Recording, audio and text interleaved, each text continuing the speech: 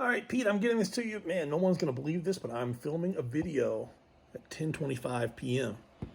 I'm not shooting a video at 3 something in the morning. You can probably see it. Actually, it's been a long day, so my eyes are still probably dark, but I look a little bit brighter than I will on the videos that I shoot here in a few hours for some other clients. Okay, I'm looking at your programming, and there are just a few things that I cannot explain, I think, through typed words, so it's easier for me just to make a quick video and then upload it to YouTube and send that to you. First of all, you mentioned you had a really, really rough week. You competed in a couple of contests, and then you went straight back to training, and then you got my programming and then went straight into that, and that's really rough because my programming is never easy. It's always designed to keep you safe and injury-free, but it's never easy. Those two things are not the same. And you're a little worn down. So you took a few days off, and then now we're sitting here Sunday afternoon for you, going into meet week before Static Monsters. I've got several clients all over the world competing in Static Monsters. The biggest issue for, I guess, most of them is just the fact that they have to travel somewhere. They have to drive somewhere. They're not at their home gym.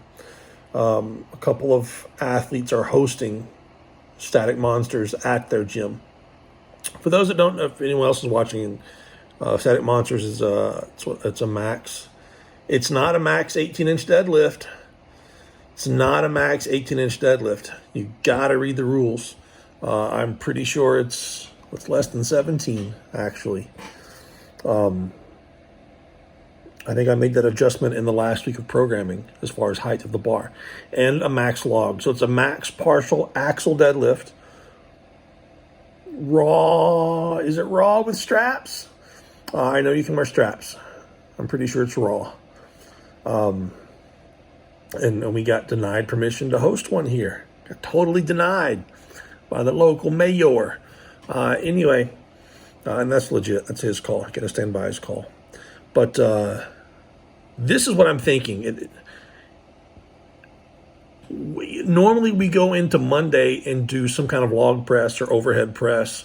So I would keep that day, but we're going to work on a little bit of volume. And the only thing that we need beginning of the week, actually the whole week, is to be athletic, to be fast, to have great speed, good explosion, a little bit of muscular work, some kind of therapy for every joint involved in the body. We need to get a pump every training session and keep away the nerves. So that's basically it. One of the, two of the best ways to do that is we work on your log press, and I really don't care what we do as long as it does not beat your body up at all. You get a pump and you're explosive. And we can do that with warming up on log press. That way it gives you a chance to work out in your mind how you're going to warm up at the contest. Doggone it, you've been doing this almost as long as I have, so you know how to warm up at a contest. And then some incline log for some reps, some fun reps. With the bands, that way we keep some stress on the triceps. Keeping the triceps active, the elbows active, the shoulders and pecs active. That's really important. Not stressing the back is also very, very important. So then we move to box squats. And while I'm thinking of this and watching your videos, I think I keep mentioning this, but you've got to pause on the box, man. You've got to pause on the box. The touch and go is fine this week if we're not going to change anything, but to make that box squat carry over, unless you're having some kind of pain, and if you're having pain, let me figure it out. We've got to pause. That's where that box squat actually works, is your ability to be reactive off of the box. That's where it transfers into the tire flip, Atlas stones, the deadlift, and every other major lift. So instead of using the 4 plates plus per side, plus a ton of band tension for speed work, we're probably just looking at a couple of plates per side, two and a half, maybe 3 if you're feeling really froggy. And we just need you to demonstrate that you can get explosive, that your hips and back and knees can warm up. But we don't need to get stressed at all. I would like to finish that off with the partial deadlifts, again with bands, very lightweight, probably somewhere in the 50% range, plus your band tensions you used last week. And we'll do some multiple sets of 2.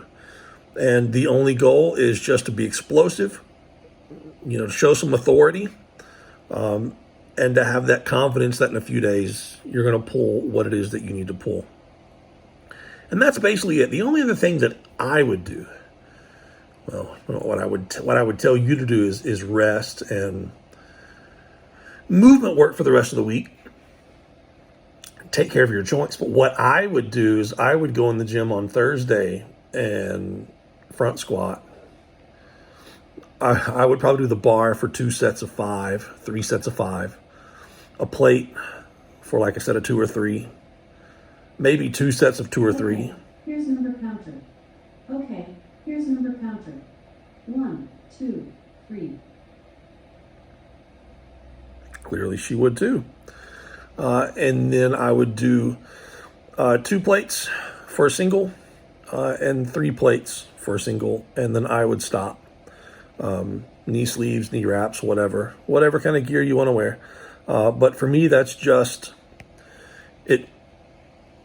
My nerves go away if I go to the gym. Usually on Thursday, my nerves are really, really high. So if I can go through that process of, whatever it is I normally do for a competition, plus eating, getting my stuff ready, getting to the gym, and going through a training session, it knocks off all my nerves and I can sleep well. I eat better.